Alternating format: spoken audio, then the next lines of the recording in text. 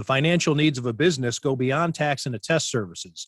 That's why CTBK goes beyond accounting services and offers outsourced solutions through their affiliation with CFO Solutions Plus. These additional services allow clients to focus on their operational and long-term strategic goals. Trust CTBK's outsourced solutions to provide cost-effective, value-added financial services tailored to your company's needs. Call CTBK at 716-630-2400. Again, 716-630-2400. Or go to ctbk.com to learn more about CTBK's outsourced solutions. Welcome to Tim Graham and Friends, brought to you by CTBK, CPAs and Business Consultants. I'm Tim Graham of The Athletic, here with Matthew Fairburn, also of The Athletic. He covers the Bills. And Jonah Bronstein of the Bronstein Concern. We have been given a request from a loyal listener / viewer, Dan Meyer, who is on Twitter as Meyer's Musings, wanted to know what we thought of the Naomi Osaka announcement that she will not be doing press at the French Open. And, well, I think she just press in general, citing mental health reasons. And I think we all have some thoughts on that. And but just to give some more background, Naomi Osaka, she's 23 years old.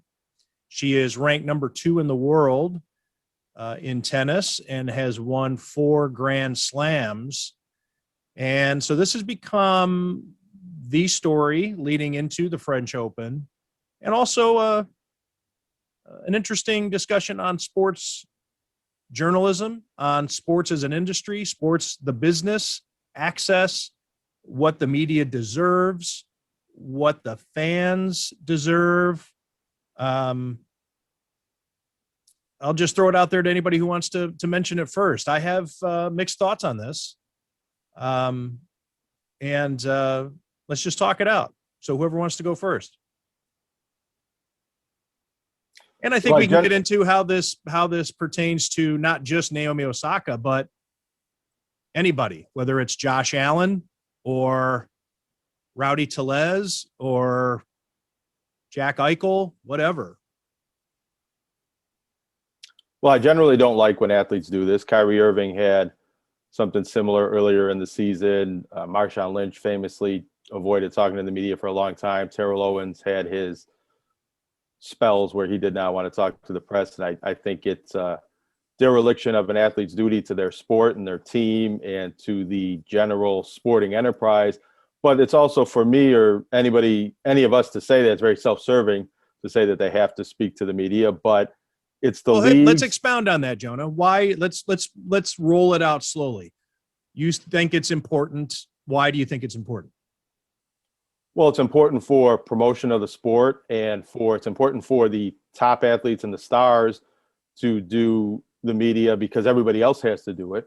So it's not really fair. The example is like the quarterback of the team. If the quarterback of a football team says, I'm not talking to the press, well, then you make players who are not less important, but less leaderships and less prominent answer questions that should go to the leaders of the team and the quarterback. So it should go from the top down. And you usually don't see bottom of the barrel athletes making these kind of statements that they're not going to talk to the press anymore. It's always the star athletes and the athletes that don't really need more media exposure or feel like they're already overexposed. And I think it's more of a power flex often than it is something related to mental health or just not wanting to participate in the process. It's more about taking control and saying, I'm only going to do the interviews I want to do when I want to do them and don't want to be told by my team or my league or my tennis association when I have to sit down and who I have to sit down with. Yeah, I think it's kind of a tricky conversation because generally there are certain people that should have to answer to the press, the free press, and get questions that they can't control, particularly public figures, anybody, in office. And I think sports has always fallen into a weird category with that. And I tend to approach the job in a way that, if somebody doesn't want to talk to me, that's, they're an adult. I'm an adult. If they don't want to talk to me, that's fine. There's so much red tape a lot of the time between getting to the point where I can even get somebody to say no to me. You got to sometimes go through in betweens. I've always just thought, like, I think this conversation that she started potentially could mean, you could make a case that it means there should be more access. Like these press conference settings, I understand where she's coming from, from I don't know what her mental health situation is. I'm not sure, who does, and, what makes her anxious or what exactly it is that she's dealing with. But I could see why sitting there and asking questions that you don't really know what's coming and you're not really sure and you're not in control at all. I could see where that would be a very stressful situation, particularly if you don't like to speak publicly. But I think that's where, being in the locker room, building relationships, obviously, there's no open locker room or anything in tennis. Tennis is a little bit different, but being in there, being able to go up to a football player, a Bills player in this case, and say, hey, you got a minute, you want to talk? Or sometimes it'll be, hey, I want to do this story, maybe think about it and we could talk, next week or in a couple days. But when you don't have that, it becomes a very weird process, and it becomes press conferences and Zoom calls and everything like that. They can be pretty weird and pretty, I would imagine, a little nerve wracking for some of these people. So like, should they talk?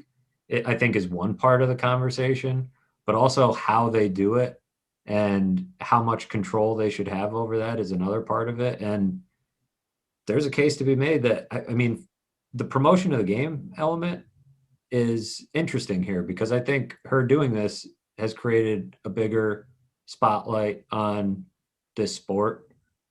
I certainly wouldn't have been paying attention to the French Open had she not said this. It's kind of like the Kentucky Derby a few weeks ago, in the Preakness. It was like, because the guy cheated, it was like, or the horse cheated. Well, the horse didn't cheat. The guy cheated.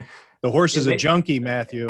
No, the horse still came out and spoken to us and told us what happened. Exactly. But it kind of makes you want to like tune in. It's like, oh, there's some attention on this thing. So the promotion of the game element is always a little bit weird. Like that's not our job, right? That's been the reasoning for why athletes should talk.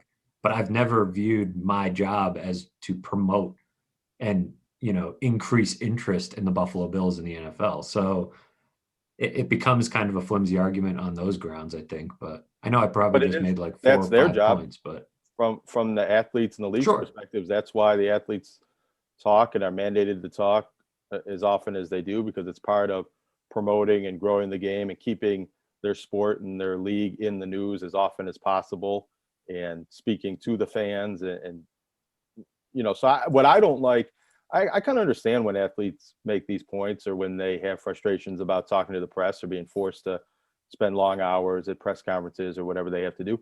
But what I don't like is when fans and media come out in support of that and saying, yeah, if you don't want to talk, good for you, because you're cutting off your own legs there. When you say, I don't want to hear what you have to say and you don't have to talk to me, and, more power to you. I don't really think that is something that, I can support, that people saying, we don't need to talk to these athletes. We don't need to hear from these athletes. And if they don't want to talk to us, fine. Leave them alone. You guys are pests, and just leave these people alone. We don't need to hear what they have to say. We just want to watch them perform. And I think there's a growing group of fans who think that way. It probably has to do, Howard Bryant had a great thread on Twitter, kind of unwrapping a lot of these topics, but a big crux of his idea was that, they're more, or athletes want to be viewed more as entertainers, and be in that space than they do maybe held to the standards of like a public official. And there probably is some in between, I think, which we've achieved, I would say. But and Howard Bryant's point on that, Matthew, just because I read that thread, what he's saying is athletes want to be treated more like celebrities, whether it be musicians or actors, actresses, because they do the movie, you go to the movie, you watch the movie, and you leave the theater. You don't, the actor doesn't give a news conference about or ask any questions about his performance. Yes, he does the junkets and all those things. But I mean, I don't know. I'd like to ask an actor or a musician if they'd rather do a news conference or do a handful of news conferences every year, or do the junket scene, or where you do the rounds, where you go on Fallon, not Letterman, you Fallon, Colbert, you do the Daily Show, you do all the different radio markets, the big station in New York and the station in LA and the station in London, and you have to do all this stuff. Go on Howard Stern, and yeah, I think that they probably wouldn't mind doing the sports version. But they do what the studio asks them to do. That's part of why. Oh, it's in their contract. They have to do it. Right. They're paid $20 million or whatever they are for the movie. It's not just for the acting performance. It's for the promotion and attaching your name and your celebrity to that film. And the same thing with the athletes. It isn't just about what you do on the court or on the field. It's about the whole entertainment product and participating in that to the extent that the league and your team and the industry wants you to do. Right. But what the actor / musician perspective would be, go watch my movie, go home, leave me alone. I'll poke my head out when I'm supposed to poke my head out. And otherwise, you don't need to hear from me till the next movie. Sorry, Matthew, I derailed you there. And a lot of those are any interviews that a movie star is doing after the release of a movie, usually very controlled environments, handpicked, prior relationships, things like that. They have not autonomy over what they're doing after the movie comes out, because a lot of them would probably do what you're saying, Tim, and just kind of be like, all right, go watch my movie. See ya. Like, I don't want to do any of this. Some of them are outgoing and want to, talk to Jimmy Fallon or whoever else, but they're at least, I would think, through their agents and through negotiation, have some autonomy to say, like, hey, we're going to do X, Y, and Z. And he might say, no, I hate that guy, I'm not going on his show. Whereas a lot of times these athletes walk into a situation where they don't know who's been credentialed, especially at a big place like the French Open, a big tournament like that. They could have people throwing all sorts of questions at them. People have watched Super Bowl Media Day and the nonsense that gets tossed around there, the amount of people that are in those press conferences. Maybe some people think that about the three people on this call lobbing questions out in Buffalo sports news conferences. I don't know. But yeah, it's an interesting, kind of point to say, like, okay, a movie star has to do some stuff, or, an athlete should be held to the same standard because they have a contract with the league and the team, and they're supposed to be promoting the interest and everything else. Collectively bargained in the case of the big four sports. But that's not really our aim or our job, right? Is to promote the sport. Like, that's certainly not how I approach it. So I do think it becomes a little bit of a slippery slope, because this is now an era of athletes, or a generation of athletes, that have had access to social media and control over telling their story, how they want to tell it. I mean, they've, they could put a camera on themselves since whenever they got a cell phone, a lot of them. And now a generation of consumers that perhaps views the free press and journalism a certain way as well, which is an entirely separate issue, but I think plays into this. The perception of journalism as a profession, and news reporters, and the varying degrees of professionalism within the industry. So, are these athletes going to want to take more control? And is there danger in that? Probably eventually.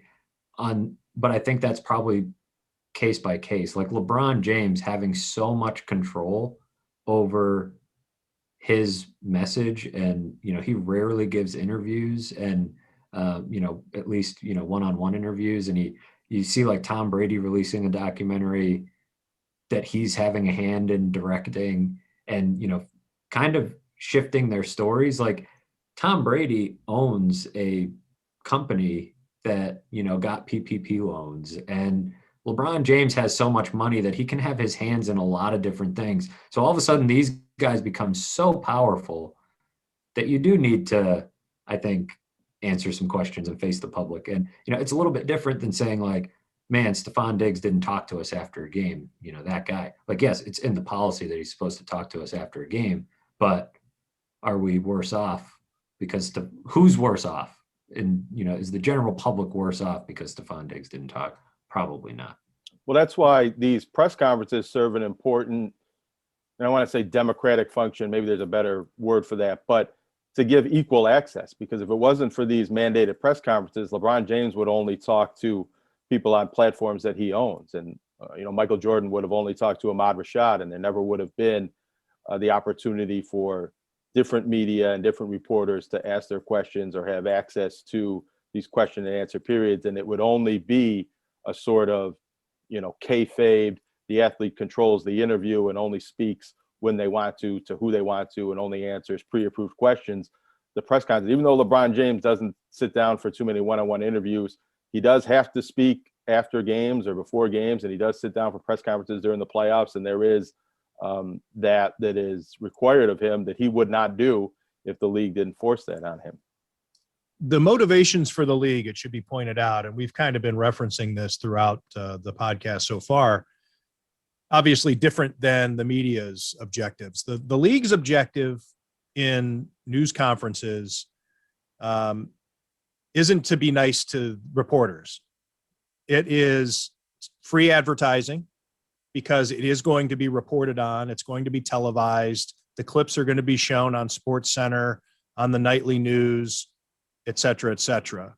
But it also serves a purpose in getting out the stories of these players, especially when we're talking about individual sports like tennis, backstories, the personalities. And I think that it's a short list of athletes who have benefited more from news conferences and these types of exposure than Naomi Osaka, because she is delightful.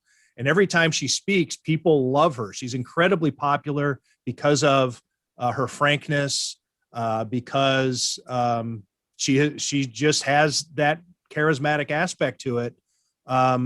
People just are smitten with her. But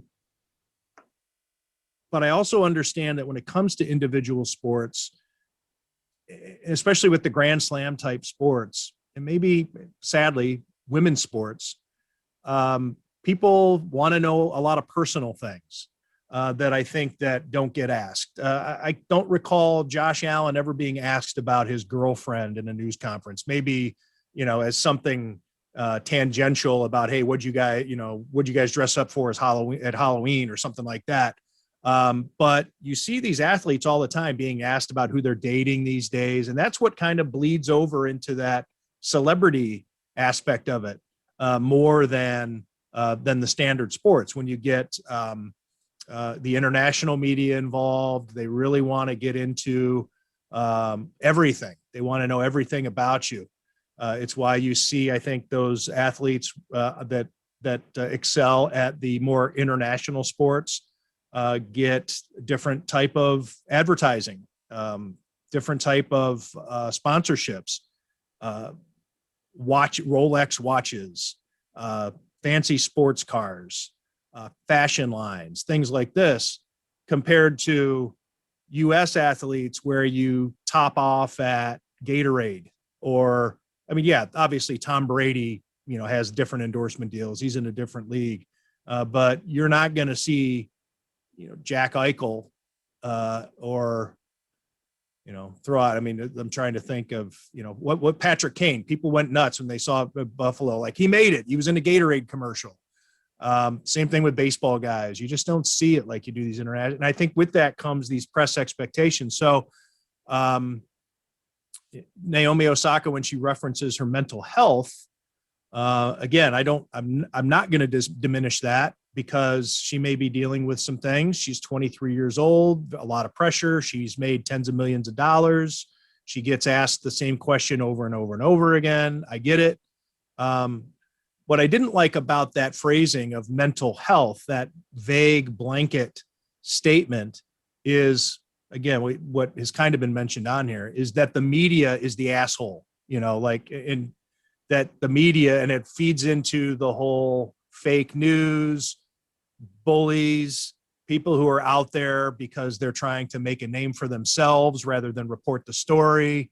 The camera is on me, or the mic. I have the microphone for 30 seconds. I'm going to name myself and my affiliation, and I'm going to get to the bottom of this with this hard-hitting question. It becomes performative. And I'll be honest, I don't watch a ton of tennis news conferences to know how much that goes on, but it certainly does go on in the four sports and with the teams we cover. There are assholes out there, but just to say that I need to block out the media for my mental health really does put the media in a really weird situation, when we're just a conduit really to the public. We're trying to give the public what they want. It's the nature of our business. If we don't give the public what they want, then they're not going to support us. So it's this dance where we're constantly trying to figure out what the public is going to respond to, versus the league that wants to get as much information out there as it can that puts them in a positive light. And I think it's disrespectful to people with real mental health issues and actual mental health awareness issues to say in so many words that being asked about my struggles playing on clay and putting doubt in my mind before the tournament about being able to win a tournament on a clay court is a mental health issue, even though it's a mental issue, putting, doubt and mental a sports strength. Psychology issue. Right. Yeah. But is that the same as mental health? And all of a sudden, when people put up that mental health shield, it's, well, you can't criticize them. mental health, we need to take this seriously and not dismiss it. But I think there's different degrees of what mental health and mental illness and what that entails. I think we do need to give her the benefit, and all athletes who would cite this, we do at least need to give them the benefit of the doubt that maybe there is something to be aware of, even though we don't know the details. And maybe we don't deserve to know when it comes to mental health. Maybe she deals with severe depression or anxiety, or these questions put her in a bad place. And I don't know. I just want to at least say that there's a benefit of the doubt there. And I will say, the things that you get in public, whether it be from reporters or on social media, when it comes to sports, and I'm not just talking about sports with people who play it, or athletes, people who are on teams, people who make millions of dollars. Anybody people who report on it, people who work in it. I think that it would be a fascinating case if anybody, and maybe it's happened and I'm not aware of it, but if anybody were to ever say this is a hostile work environment, and I'm not just talking about Naomi Osaka, I'm just talking about sports in general. I used to have to do chats at ESPN. It was in our agreement, and we had to do them X number of times. I had a set time. I want to say I did mine Friday afternoons. There was a menu, and I had to be there Friday at 2:00, and occasionally I could shift it a little bit.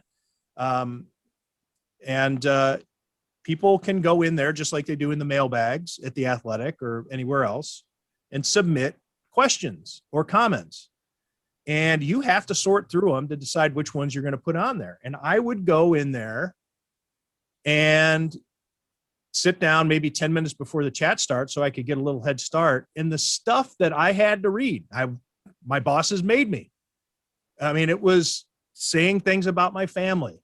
When are you going to stop sucking Tom Brady's dick? N-bomb this, F this, C-bag that. Calling me the,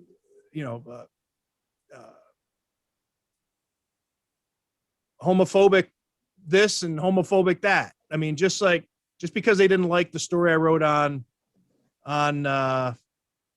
whatever, Chad Henne, or Ted Ginn.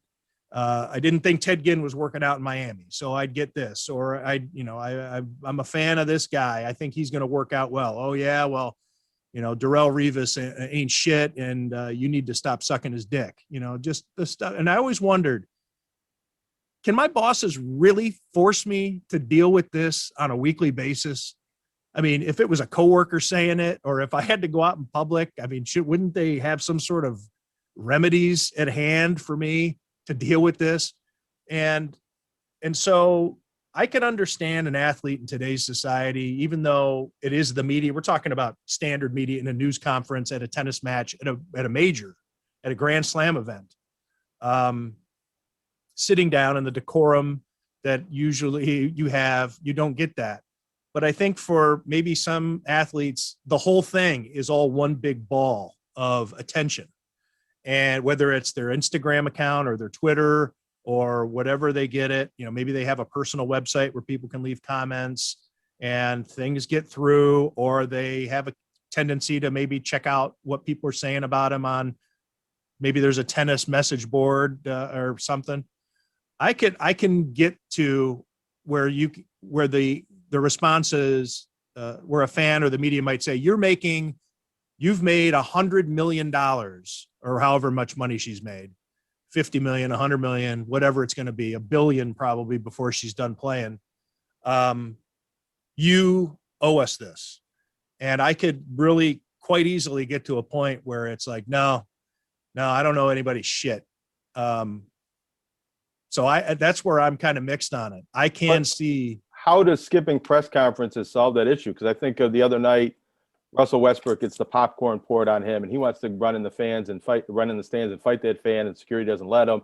But then he gets to go on the Zoom chat on the press conference afterwards and give his response, right? And speak his mind and speak to the NBA and the public about that issue. And if he was not speaking to the press, maybe he puts out a statement on social media. But oftentimes, the media and the press conferences function to give the athletes the opportunity to engage and speak back to the press and push back against some of this social media hate and vitriol that they receive.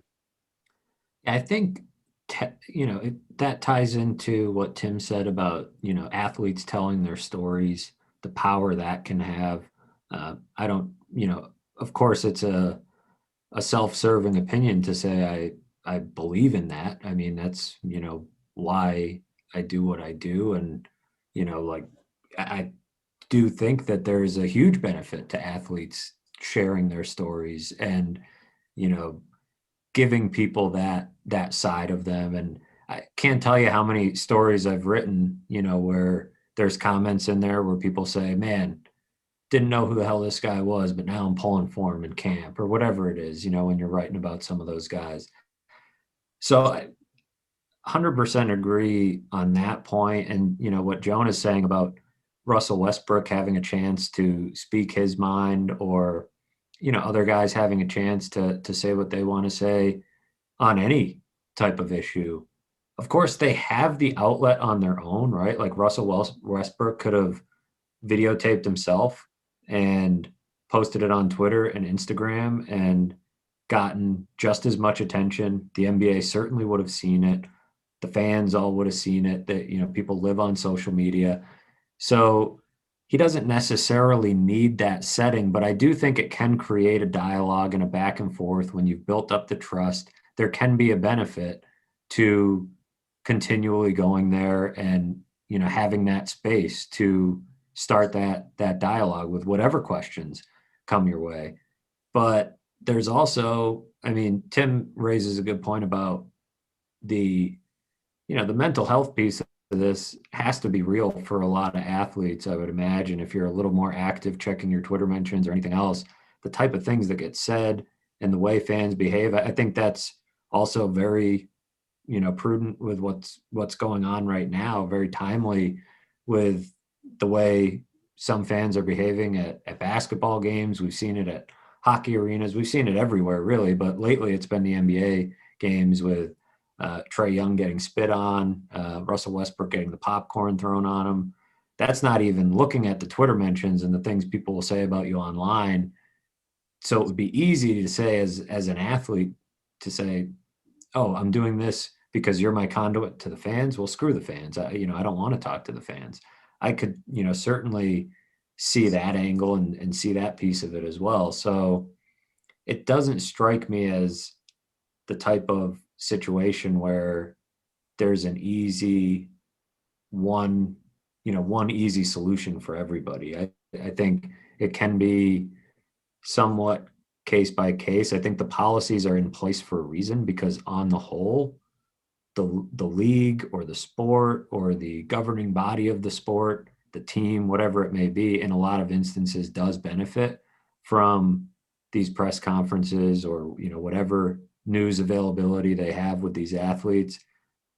But there's also, one other thing I think worth pointing out is certain questions that she might get asked in these news conferences, or any athlete might get asked. We're coming up on 1 year since George Floyd, and other, types of world issues that seem to get brought into this space. Pandemic stuff, Pandemic anything. stuff, like Politics. Yeah. politics. Some guys are and gals are comfortable, sharing their thoughts on that, and want that, and others probably don't. And this has a somewhat of a tie into, the conversation we had earlier in the week about, Bills players and getting asked about the vaccine and everything along those lines. I think when you're in the position of somebody who maybe is like, look, I haven't really shared a lot on this, or I'm done sharing on this, whether it's George Floyd, whatever, and you're like, I don't want to be getting this question and that question. I know what's coming and I don't want to deal with it. Different than a lot of these Bills players, or I guess two of them, Josh Allen, Cole Beasley, making these opinions known with disinformation and lack of regard for their platform, and then saying, well, I don't want to answer any questions about it. It's like, well, you've now put yourself out there. If you're going to have that opinion, you should probably back it up. And you have a platform and a power and some of that stuff. You're not obligated to talk about the vaccine, but you started the conversation. You're the one who opened up Pandora's box here. And it does have a direct on-field impact. So I know Sean McCoy was good at that.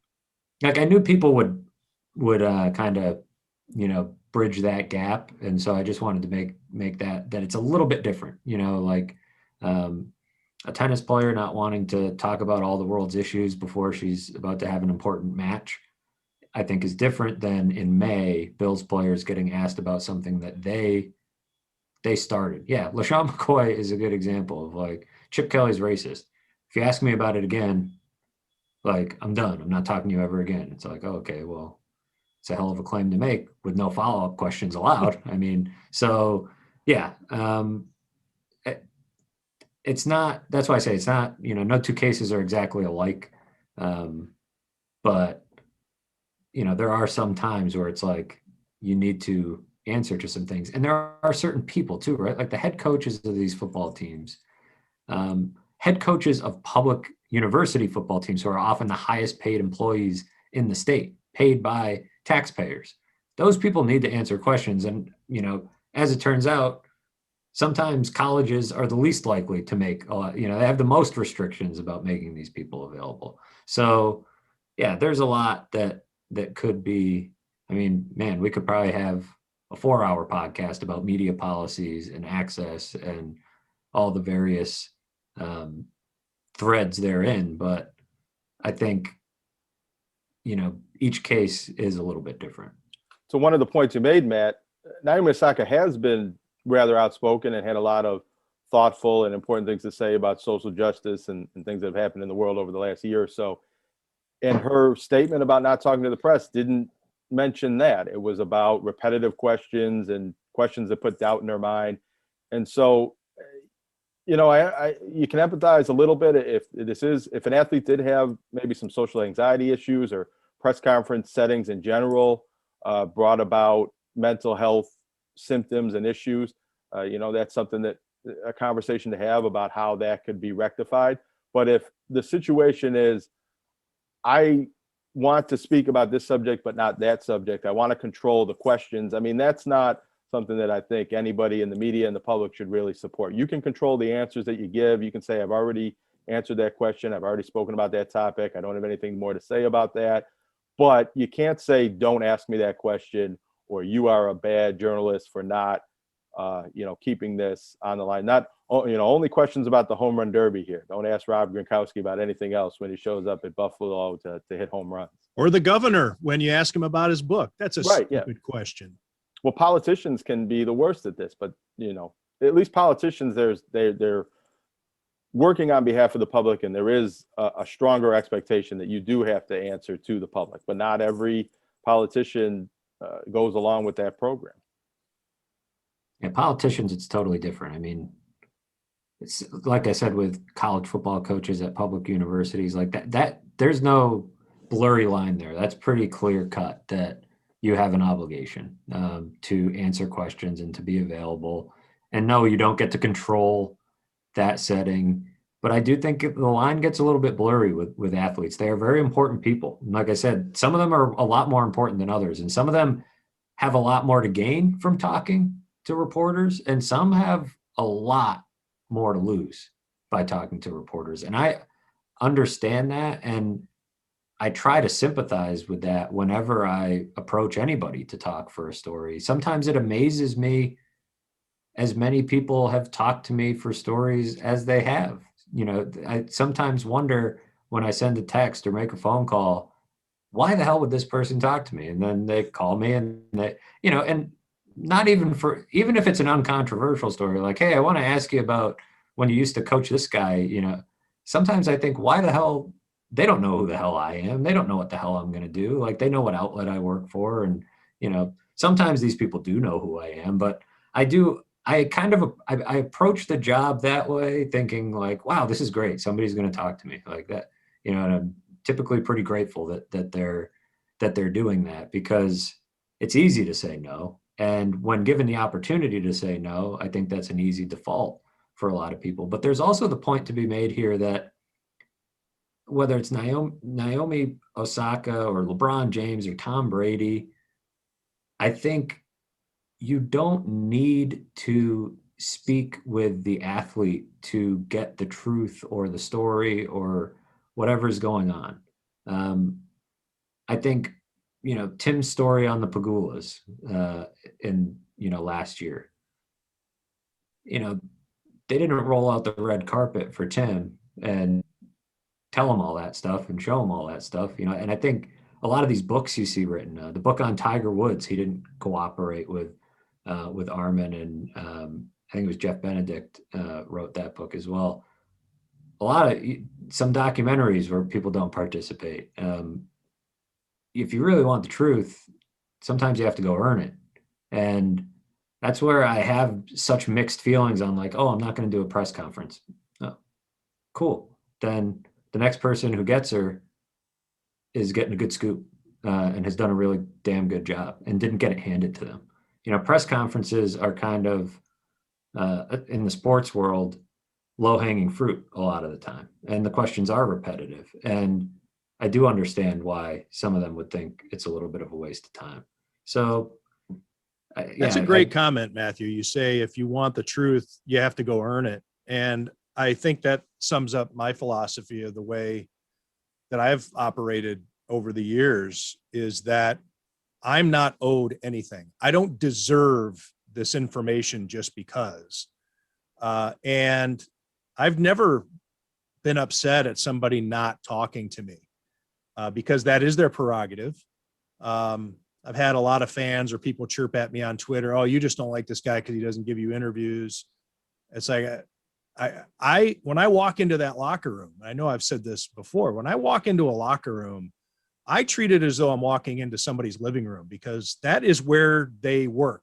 That's where they live, really. It's not just a workplace. It's more of a family type thing. This is where, they, blood, sweat, and tears, the whole, all the different imagery you want to use. I mean, that locker room is not, we come walking in there. I think there are a lot of reporters, not necessarily in Buffalo, but anywhere, who walk into a locker room with the attitude that they are owed things. You owe me this information. You owe me your time. You have to do this. I've seen reporters just walk up to a guy, locker stall, stick the microphone in there, flip on the camera or turn on the recorder without even saying, hey man, you got a couple of minutes?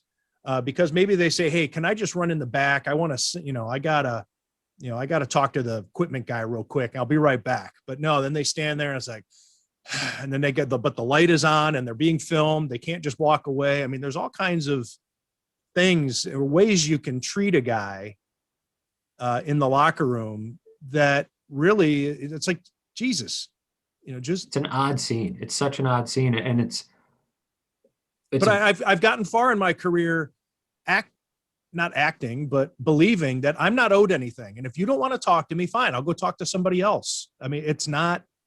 Now, yes, there are elected officials, or with my recent story that I just did with The Athletic about the girls' high school basketball player, where I reach out to them. And if they don't want to talk, I think to myself, all right, good luck, where it's like, but I'm not upset that they didn't talk to me. I'm certain I think they're not that bright for not talking to me, but hey, so whatever you want to do, man, it would fine by me. Jeff Pearlman didn't talk to Barry Bonds for the book he did on Barry Bonds. And the intro to that book is amazing because of the interaction he had with Barry Bonds when he asked him whether he would talk. Like, it just makes you work a little bit harder to get the story and find the truth and make an extra phone call. And it's the same thing. One of the first lessons I learned when I was at the paper at Mizzou was I very rarely say this person's a terrible quote or they're a terrible interview, because I said it after talking to whoever, and my editor said, you're probably a bad interviewer, to which was probably true at the time. Well, it was definitely true. And some people are less talkative or whatever, but I do think the locker room scene is going to be a bit under a microscope in the coming months. Probably the next 6 months will tell the story of the future of what that looks like in sports. Because in American sports, you are allowed in the locker room, some of them pre and post game. And that's not the case everywhere. I don't believe that's the case in soccer in a lot of places. And so I think it's an important setting.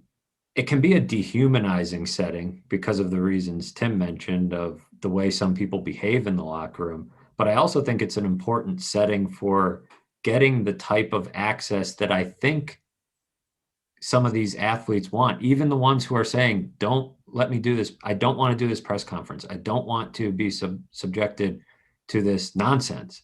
I think those athletes would probably agree that they would like somebody like Tim or another reporter who is thoughtful and careful with the story and considerate about their time to be able to approach them and build a relationship in the locker room type of setting, in an informal setting where when Tim comes up to somebody after a game and has been around that person before, it's not viewed as an attack the way maybe a new face they haven't seen before in a press conference after a lousy game might be viewed that way.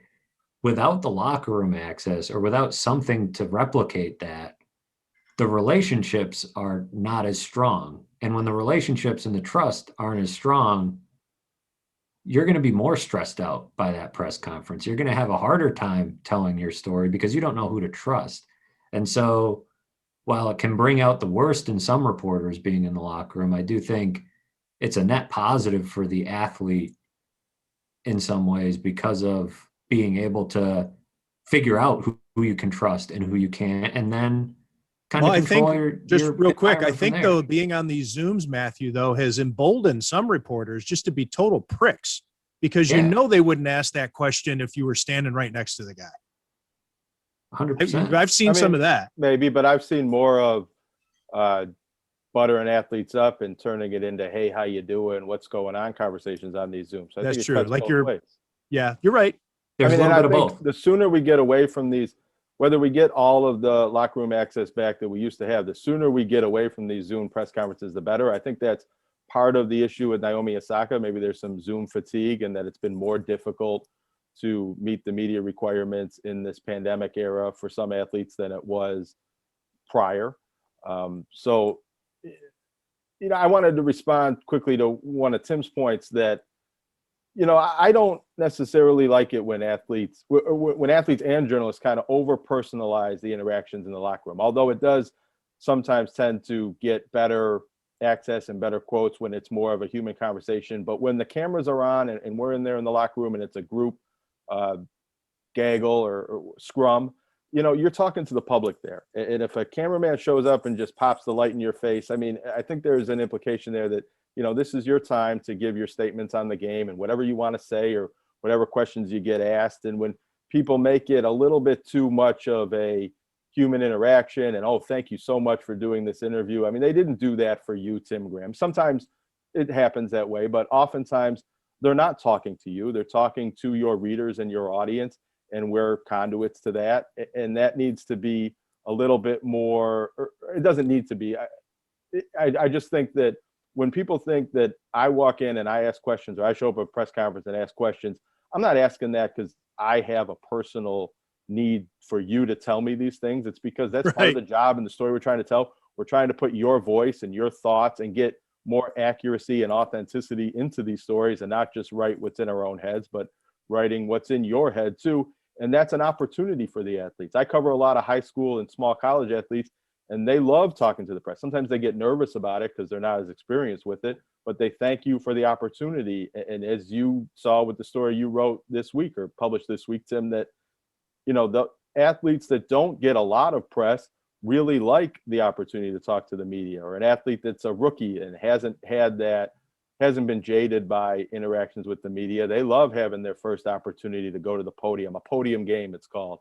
And so I think that, it's only, I shouldn't say only, but it's usually only the star athletes that have done a lot of media and a lot of press that seem to get jaded and sick of it and really want to just flex their power and say, I'll talk when I want to talk. I'll answer the questions I want to answer. I'll address the topics I want to address. And I don't want to be forced or coerced into doing any interview or any press opportunity that is not my choice. And I don't support that. Yeah. And I think with that, you need to, I just want to differentiate for the sake of discussion moving forward. I agree with what you say, Jonah, and you put me into a space there where I agree with you 100%. But when I was referring to like walking up to somebody, flipping on the camera light, turning on the recorder without even saying hello or whatever, is like after a practice or something like that was what was in my mind. After a game, it's kind of like all bets are off because they're hurrying up. You got equipment managers rolling bags through there. It is a shit show in a locker room, especially after on a road game. Well, but I don't. They got to try to get to the bus. I think that's bullshit. I think that if you're going to make the locker room the media access area, and for a certain period of time, like when there's open locker room during the week and there's nobody there, I mean, this is the time that the league and the teams and everybody and the Players Association have agreed for talking to the press and talking to the public. And when it's like, hey, you're in my way, I'm trying to get dressed or I'm trying to roll these equipment bags here, you guys get out of there. Well, then, then it's not proper media access. You're getting in the way of this talking to the public and going up there and being like, hey, do you got a couple minutes? And thank you so much. Oh, you can't do that after a game. You can't do it after a game. If a guy's there, you just got to jump in and sometimes the guys, they do their stand-ups and then you come back and you're like, hey, I missed that. Do you mind if I ask you a question again? And, there's a little bit of a personal interaction there. But when they come to the podium and it's like, hey, thank you so much for or the Zooms. Thanks so much for doing this Zoom today. Well, they're doing it because they have a responsibility. Either they understand it themselves or they've been told they have to do it. And we don't need to thank them for that because they're not doing it for us. They're not doing it to be nice guys to Tim, Matt, and Jonah. Yeah, it's after the game is, absolutely, chaos, and we have jobs to do. We're on deadline, we're allowed in there. So yeah, there's much less time for the pleasantries. And how many times certainly. after a game, Matthew, and because I'm bad at it, I think it's because maybe I am a little too deferential after a game. How many times have I come to you and said, I didn't get anything, like the locker room's empty. There's like Jerry Hughes, buttoning up his tie, or putting the knot in his tie. and like 4 equipment guys and 1 PR dude. And that's all that's left. And I'm like, I don't have anything. That happens to me quite a bit. Well, Eric Wood would probably speak to this. The few years I covered him, however long he was here, I think 4 years that I covered him.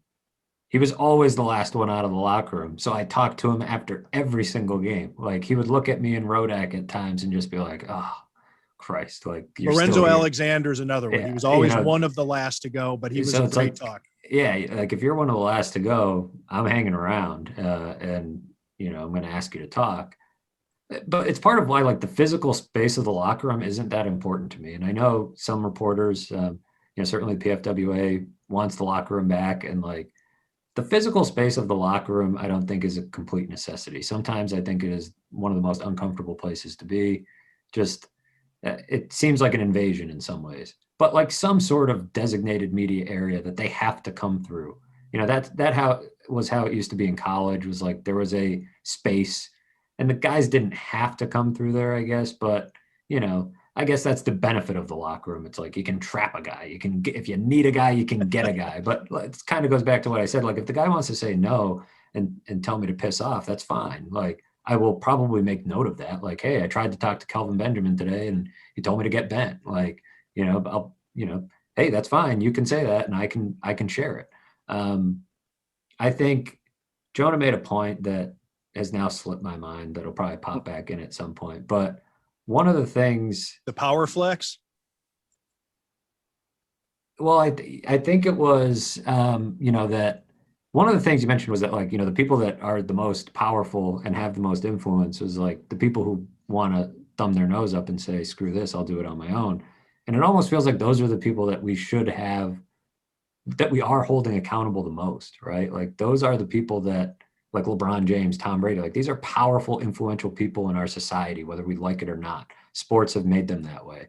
And so it does feel like, you know, they have to answer some questions. And the other thing I wanted to mention, just popped back into my head, is Jonah mentioned, you know, trying to get these guys' voices into the story of the game and, like, you know, get the truth. And I think that's a really important point, is that so often players, coaches, whoever will be like, oh man, you guys always get it so wrong. You guys have no idea what this blocking scheme is, or you have no idea what you couldn't tell me what that coverage is. And it's like, tell me. Then please, here's an example. This might be the prime example. How about, because, well, we'd need to have somebody on from the Vikings media to tell us how Stefan Diggs was. But based on how Stefan Diggs is with Buffalo media, and he's cordial, he's a nice guy, he's just not available. He's just not, he's just doesn't do much. And when he does, he's great. We get him for 5 minutes a week or whatever it is. But Josh Allen talking about, I can't believe how the media got it so wrong on Stefan Diggs in Minnesota. And I could say, I can see it, because if he's not talking to anybody, as great of a guy as he is. I mean, there were locker room and team chemistry issues and contract squabbles that led to his trade. Who got what wrong? Well, that's an interesting point. I think Josh Allen got it wrong. That he was a bad guy. But I think Josh Allen got it wrong, that he thinks the way that Stefan Diggs has behaved as a Buffalo Bill absolves everything that happened while he was a Minnesota Viking. Right. 100%. 100%. And I think there's absolutely, you know, a kernel of truth to some of that, right? We're saying, Jonah, is like we don't know how wrong they got it or whatever, because there were issues. Like they were out in the open at times, like on the sideline. And, you know, you talk to people and they say some of it was misunderstood or some of it was communication, but like there obviously were some issues. And because he's behaved differently here doesn't mean that anybody got it wrong. But there's also, I do get frustrated by the idea of like, oh, this guy's uncooperative with the media, he's an asshole. Like, I don't really think like everybody thought that about Mario Williams, is like, oh, this guy is just the worst. And I was like, yeah, but sometimes you can get him for like a minute and he's amazing. Like for 60 seconds of quotes. And I've got a 700-word blog that is awesome. Like, and I'm so glad him after every game. I will say this about Mario. I never thought he was an asshole. I thought he was difficult, and I thought for his own, you know, he was a bit of a prima donna, but I never. He might be. That's fine. That was a personality. He might be. he might But be an asshole. Like, to be clear, he might be, but he never not for dodged that a reason. question. Never once dodged a question. You ask him a tough question after a game, whatever, about his contract, about this, that, and the other. Never, like, he always answered it, and he seemed genuine when he answered it. Yeah, but He he'd just also sit there on open media days, open media hours, sitting there doing nothing, eating food, just watching, hanging out, but wouldn't talk because he only talked on Wednesdays and this was a Thursday. So I don't want to Right. give him too much credit for being a media darling. That is what his contract said, though. That is, Yeah, right? Like, he was a Wednesday guy. He was a designated Well, that's once a not week his guy. contract, but But let so me. that's a power flex too. That's a Well, not his I'm so contract, important his that I only do these interviews. Let and me I don't give a do story about once a week guys. I know I've told you guys this story before. I don't know if I've ever mentioned it on a podcast, but when I was at ESPN and I was doing a story where I was dispatched to Foxborough during the week to do a story, and it was a practice day. So I'm out in the media room, and this is when Albert Breer is with the Boston Globe. He's there. Ian Rappaport's at the Boston Herald. Prominent reporters, Ron Borges and Karen Garigian, I don't know, Greg Bedard might have been there. Maybe Tom Curran must have been there. Tom Curran was absolutely there. Mike Rodak. And there, Rodak was Mike Reese. And they were just, we were shooting the shit in the room, and they were complaining about how they hadn't had Randy Moss in 3 months, but they're just complaining about themselves, among themselves. And I was familiar with the PFWA rules, the policies on who's got to be available. And then they start talking about all their once a week guys. Well, Tom Brady's once a week, and Vince Wilfork's once a week. And I'm pulling out guys. Wes Welker's once a week. Like a status symbol. Absolutely. But it's against the rules. And so finally I peep up and I said, look, you're only allowed to have 2 guys who are once a week. And these very prominent NFL reporters looked at me like I had 4 heads. I said, you can have, it's standard in the rules. 1 offensive player, 1 defensive player, because they're inundated with too many media demands, can be designated as once a week players. So it's almost always the quarterback and somebody on defense. Now, the Bills didn't have that when Ryan Fitzpatrick was the quarterback because he talked every day. But so they could have theoretically made Fred Jackson once a week. But nobody was holding the page. So the Patriots, he's like, wait, what? And so, and then I said, and Randy Moss has to be available every day if he's not one of those once a week guys. And everybody has to be available after a game. And they didn't know this. And so finally, the very next game, Randy Moss spoke, and it was a huge deal because the NFL finally said, look, Randy, you gotta talk. It's been brought to our attention. You haven't spoken since training camp. And the Patriots just, because nobody ever pressed him on it, the Patriots just let it ride. When I was with the Dolphins, it was the quarterback and Jason Taylor. Jason Taylor was a superstar player. So yeah, it's funny to think of the Bills during the drought years, who their 2 guys would have been, Trent Edwards and Paul Posluszny probably, or Dante Whitner or somebody. But yeah, it's the status symbol to be the once a week guy. And then it gets to the point where you have multiple once a week guys. And then guys see it. Darrelle Revis had a problem with it when he was with the Jets. And I'm trying to think of who else was with the Jets. Maybe it was when Chris Jenkins was there. Chris Jenkins, the football player, not Chris Jenkins, the former Bills PR person. But they had somebody on defense who was once a week. I don't think anybody was confused. Like, I don't think anybody listening was like, does he mean I wanted PR to make person? sure you guys weren't. But I remember that being a thing. Like, hey, I'm a once a week guy, because it's as Jonah says, it's a status symbol. So then it becomes, I'm important enough to not have to talk every day. So it it's kind of like an insult. Like, hey, look at that guy. He's lower than me because he has to talk with the media every day. Or the vice versa is probably closer to the truth, is that look how important I am. I only need to do this once a week and then only after games. And then with Stephon Diggs, he only does it just the once a week and never after games. And Josh Allen is also, and now this is where the policy, and we probably get way into the weeds on, like, the screwing with that policy. And maybe it's changed. So this was 10 years ago when I No, was it's- having this discussion, but I think it's the same. I know we had problems with LaShawn McCoy a lot, and it was usually if he hadn't talked, like if he went a week without talking, that was a problem.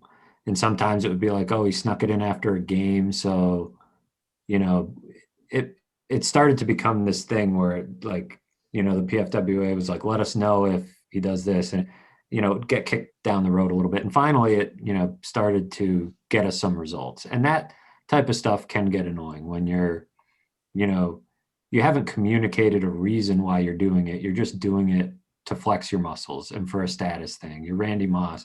You haven't released a statement that says, I would not like to do interviews for X, Y, and Z reasons, or I don't want to do a press conference, or I want it to be here and not in this setting. You're just screwing with the policy to screw with the policy, or you're skirting around things. I think my point on Mario was more like, he might not have been a nice guy. I don't know. I don't really claim to know very many people in the locker room on that level to say with conviction whether they are or are not a nice person, because it always seems like occasionally there's that nice guy that gets caught doing something and you're like, oh my God, he was such a nice guy in the 5 minutes I talked to him every week in the locker room. So I never really claimed to know anybody on that level, good or bad. It's like, wow, this guy's an asshole to the media. Like, my point with Mario was like, if he was a bad guy, I don't think it was because he was difficult with us. Like, I don't really care. I don't judge his character based on whether he speaks to the media or how cooperative he is when he does speak to the media. And to your point, Tim, he did give amazing stuff. Like towards the end of the Rex Ryan era, the guy was a gold mine. Like after the Washington game, talking about insurgents and all this. It was amazing. Like he was great. So right when things started to go a little bad for him, he had more use for getting his message out there to the press. He needed us. The wise athletes, Ryan Fitzpatrick, Harvard graduate, you said he didn't do the once a week, he talked every day. The wise athletes realize that playing ball with the press leads to more favorable coverage and you get to control your narrative more. And in many cases, the athletes that are very media friendly end up getting jobs and opportunities in the media after their playing careers. And I think more athletes should realize that it's not as much of a responsibility as it is an opportunity for you. Number 2, I'm reading this Osaka story. The number 2 men's player, Daniil Medvedev, says, I try to come to a press conference, bad mood or good mood. And I feel like sometimes in the bad mood, I can be in a better mood after talking to you guys. So when you have your mandated press conferences, use that as an opportunity to express yourself, say what you want. Maybe you don't like all of the questions. It's very easy for athletes to deflect the questions and move on to talking about what they'd rather talk about. It doesn't have to be, you're not under oath and on the stand and being grilled and have to answer the particular points. And sometimes journalists and good journalists will make an athlete, narrow them down on a certain topic, but usually they're pretty softball questions. And if you say, I don't want to talk about that, Josh Allen said he didn't want to talk about vaccines the other day. A couple people tried to follow up, but most of the reporters were happy to go ask happy-go-lucky questions about long balls and playing against Patrick Mahomes that really have nothing to do with May OTAs. So the smart athletes, the well-trained, media-savvy athletes know how to handle these press conferences and use them to their advantage and not look at them like it's a huge burden. Ryan Fitzpatrick's probably the best example of that.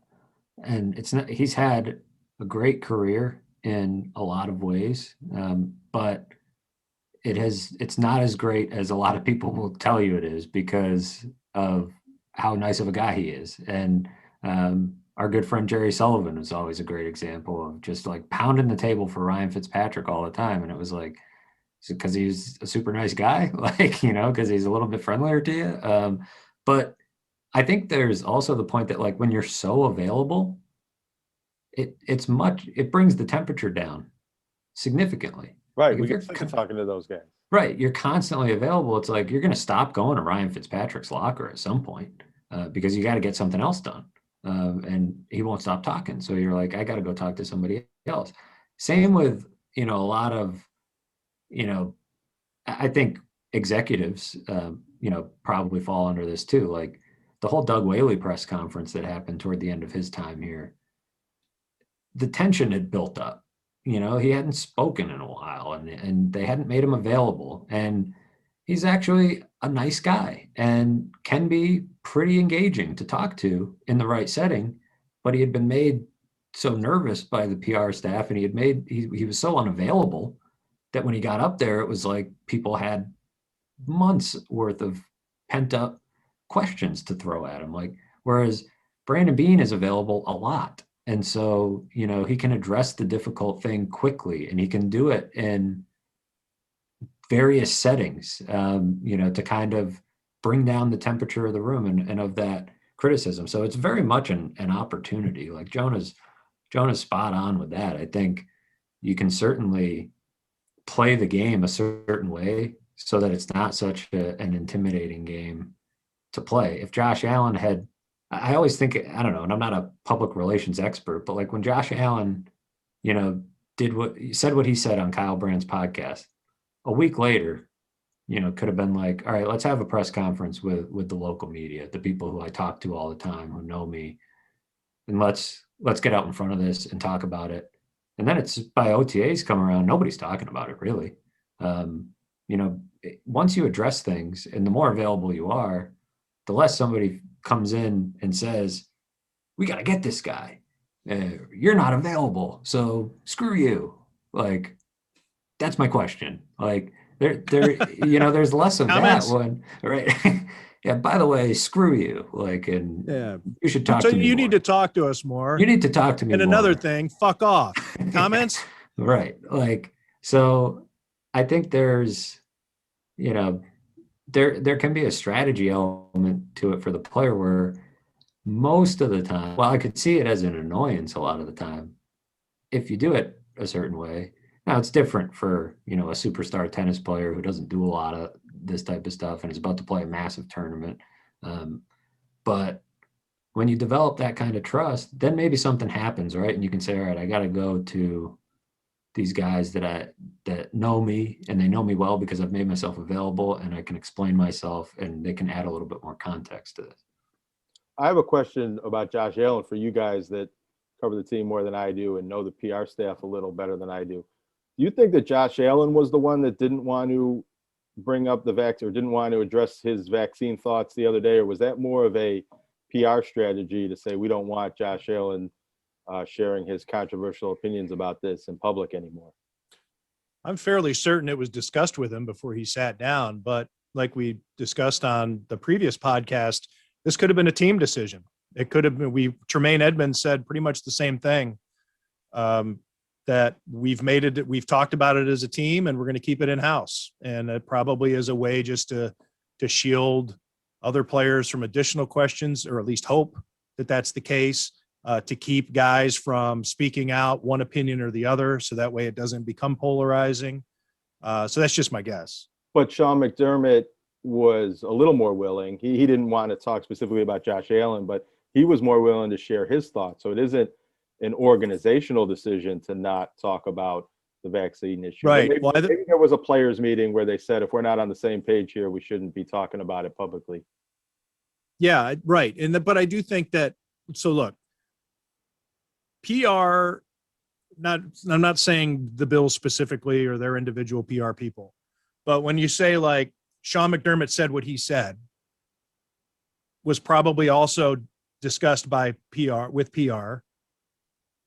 Josh Allen said what he said. They were totally different things, but I think PR helps them walk through it. Like, okay, we know how you feel about this, or we know what the situation is. The best way for you to answer this question is this, given the circumstances. So they know that Josh Allen's already said what he said on Kyle Brandt's podcast. They know what the players are saying on Twitter. So the PR staff has all that perspective in mind when they say, look, what is going to be best for Josh Allen and the Bills in this situation? He's serving different masters. He's serving whatever his personal beliefs are, whatever the NFLPA wants, whatever his teammates want with his role as a captain, the fact that he is a representative of the organization. So there's a lot going on there. Sean McDermott isn't beholden to anything in particular. He's got to have the vaccine because the NFL, he's an NFL employee more so than Josh Allen is in this. So his message can be massaged by the PR staff to be different, or I don't want to even say massage because that makes it sound duplicitous. But it can be framed in a certain way that is truthful and pure, so that way they say it as clearly as they want to say it. And Josh Allen's got a different situation going, and the players have a different situation going that the PR staff has to be mindful of. But also, there's this aspect of it. The PR staff is the team.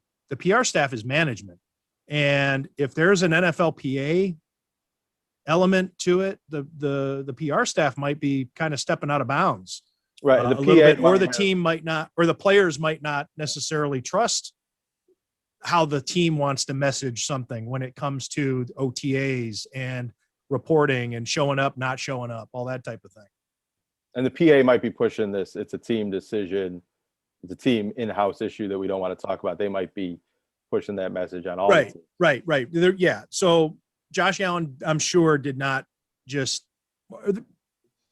maybe he did. I don't want to make that out. Yeah, I'm not expecting you to know. I was just wondering what you think, if that was his call, I'm fairly certain or the PA's Josh, call. yeah, there was PR. I'm sure there was PR influence in what he said from someone.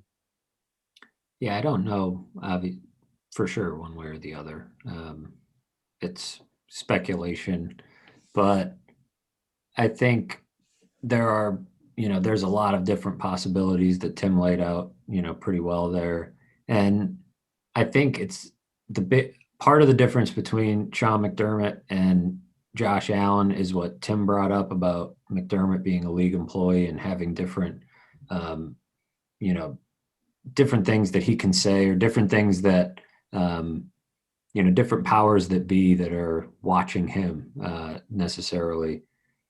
Whereas the player thing is very much, it could have come right from Sean McDermott too. Like, I can't, discount that possibility that in his message to the team was like, hey, we're going to hash this out as a family and we're going to keep it out of the public, because that hasn't worked out so well when it's been. Yeah, but I think what goes against that possibility is the fact that McDermott was so open about his decision. Then if he wanted his players to do that, then he should have led by that example, right? Yeah, I guess that's true. That's a good point. Like, he was very open compared to his players, and perhaps that's a follow-up question for some of these players, is like, you're keeping it in-house, and is that a team decision? And if so, how do you feel about your coach not keeping it in-house and sharing that he was vaccinated, and setting that example, and sort of saying that, that's his hope, is to educate and build awareness. The question's not going away. I'm sure they've thought of all these possibilities, and I think there are influences from different spaces in Josh Allen's world, public relations probably being one of them. He was certainly prepared, and he had almost 2 full months from when he said that on Kyle Brandt's podcast to when he spoke to us. He was prepared for every question, what he would say, sort of repeated his answer. He knew he was going to lean on that stock answer and, go from there. And one of the, people he's beholden to, as Tim was mentioning, rattling some off, and perhaps I just didn't hear it, but his circle, whether that's his family or his tribe, right? His girlfriend. The reason he said what he said in the first place, what he believes, and that group of people, like, he wants to sit on the fence as much as possible while kind of winking to one side of that fence. And he did that very clearly on Kyle Brandt's podcast. And I think, felt like he didn't need to. By saying nothing, you're saying something. If you I would think, and could be wrong, but I would think if you had gotten vaccinated in Josh Allen's shoes, that is the easiest PR move in the book, right? I got the shot. Yeah, that's what I said on the Kyle What's Brandt the follow-up? Now I got more information, and I've decided I'm going to get vaccinated. What's the follow-up at that point? What's the story? Like, I guess it becomes a sign of weakness, as some of these guys might view it, right? Where you say, like, oh, it's a cognitive injury to go back. Look at this guy. Like, he said one thing and now he got the vaccine. Can you believe it? Like, it becomes a headline, but is it really that big of a deal? That, like, if that would seem to me to be a very easy PR move. Again, I'm not a PR expert, so perhaps there's people out there saying, ridiculous. Like, why would he say these things? But like, if you're a PR person and Josh Allen says, yeah, I got the vaccine, you wouldn't say, okay, don't say that. You know, when the head coach just said that he got it. That's so, my suspicion, that it's almost like if you don't have anything smart to say, don't say anything at all about it.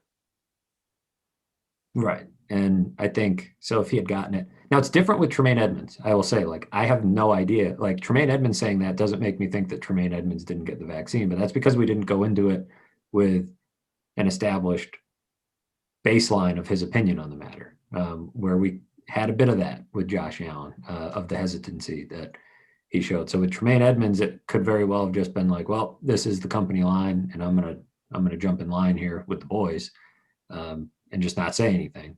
Because if he says something after Josh Allen said nothing, then it becomes, well, clearly this isn't a uniform thing, and now we can ask everybody. So I don't know exactly where it came from. It's a strategy from someone, maybe multiple someone's, and maybe it'll work. I think to an extent, to Jonah's point, it kind of did. You know, it kind of became a thing where it was like, well, I mean, I had my hand up to ask some follow-ups of Josh, but it didn't get to me. You know, there were some others that had more pressing questions, evidently. But I do think to an extent it worked. It's like, oh man, well, I'm going to piss off Josh. I'm going to piss off Josh if I talk about the vaccine, or I'm going to get Twitter mentions if I talk about the vaccine or ask him about the vaccine. So I'm not going to do it. All plays into the psychology of these situations, which is probably why Naomi Osaka didn't want to do these in the first place. She's like, it's such a mental cluster F that it's like, I don't want to play these games and deal with all of it. And sometimes I feel that way when I'm sitting there. I'm like, I'm about to ask Sean McDermott a question or Josh Allen a question because I feel like it's my obligation as the free press to ask this tough question. And sometimes I'm like, this doesn't make me feel good, and I don't really need it for a story. And like, I don't need it. So I'm not going to ask it, you know, and sometimes I have to check myself with that, but I do think it works sometimes to be like, I'm not saying anything else about this, because some people are going to say, well, I'm not going to piss them off. Well, let's wrap up this podcast before we inch ever closer to seething disdain. I'm trying to eliminate that from the podcast. Just too much seething disdain.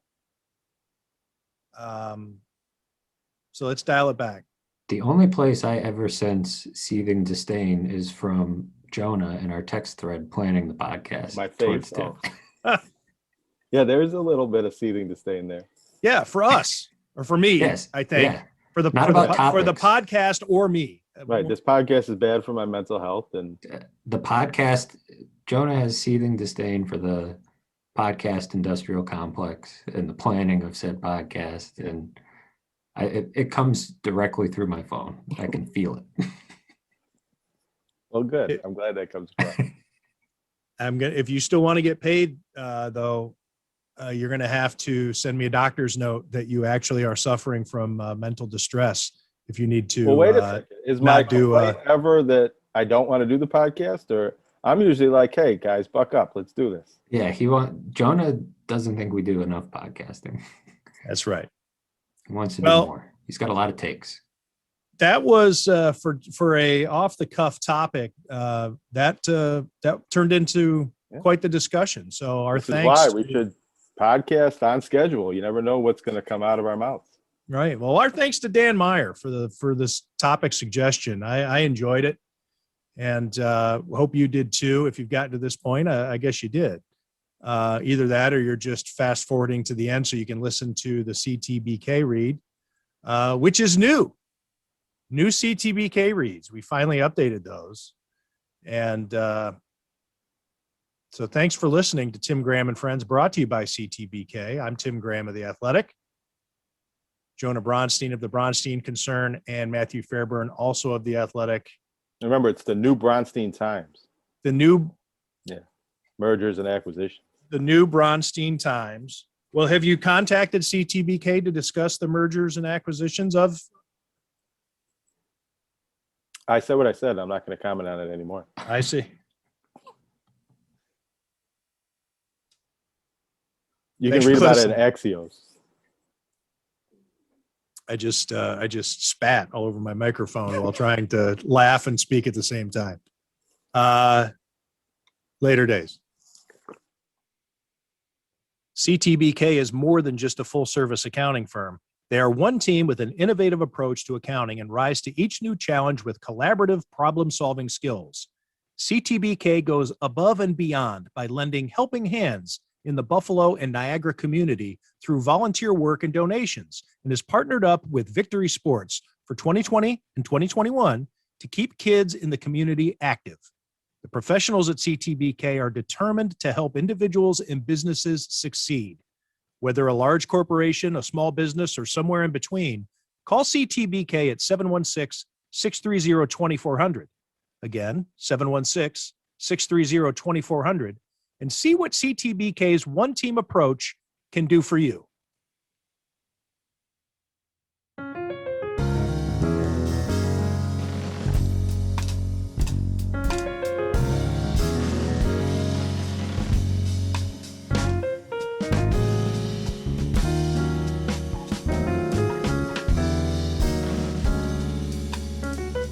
Thank you.